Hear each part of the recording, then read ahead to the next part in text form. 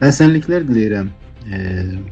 Hörmətli bütün Azərbaycan ocaqlarının, Baul zəhmətkeşlərinə və hörmətli izləyicilərinə, təqibçilərinə.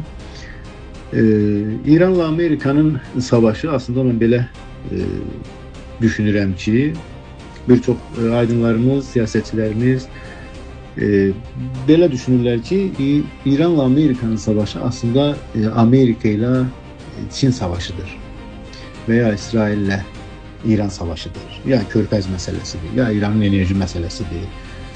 Fərqli mövzular qoyurlar ortaya, amma mən bu məsələyə tam fərqli baxıram.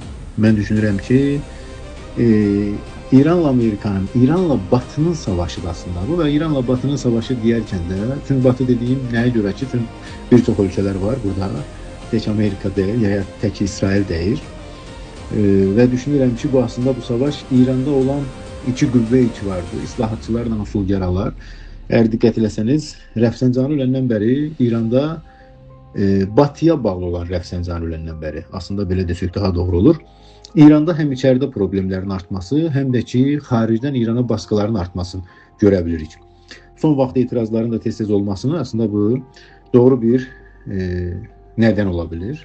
Və İranda usulgaraların tək güvənə biləcəyi, sığına biləcəyi Batıya qarşı və İranda olan Fars islahatçılara qarşı türklərə güvənmələridir, türklərə sığınmalarıdır və bunu da Pezeşkanın prezident olmasından, Traktor futbol takımının çempion olmasından görə bilirik. Və aslında bu savaşın səbəbi, əsl səbəbi bir daha islahatçıları İranda hakimiyyətə gətirmək üçündür. Yəni Amerikanın saldırısı bu yüzdəndir.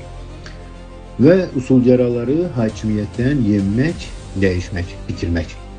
Ki əsl səbəbi də mənə görə budur ki, türklərin bir daha İranda hakimiyyətə gəlməməsi, İranda türklərin bir daha güclənməməsi. Çünki Batı bu siyasəti 100 il bundan qabaq başlayır və bu günə qədər davam edir və bugünkü savaşda mənə görə əsl səbəbi türklərdir.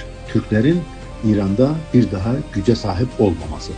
Və Batı bu yüzden savaş aparır İranla.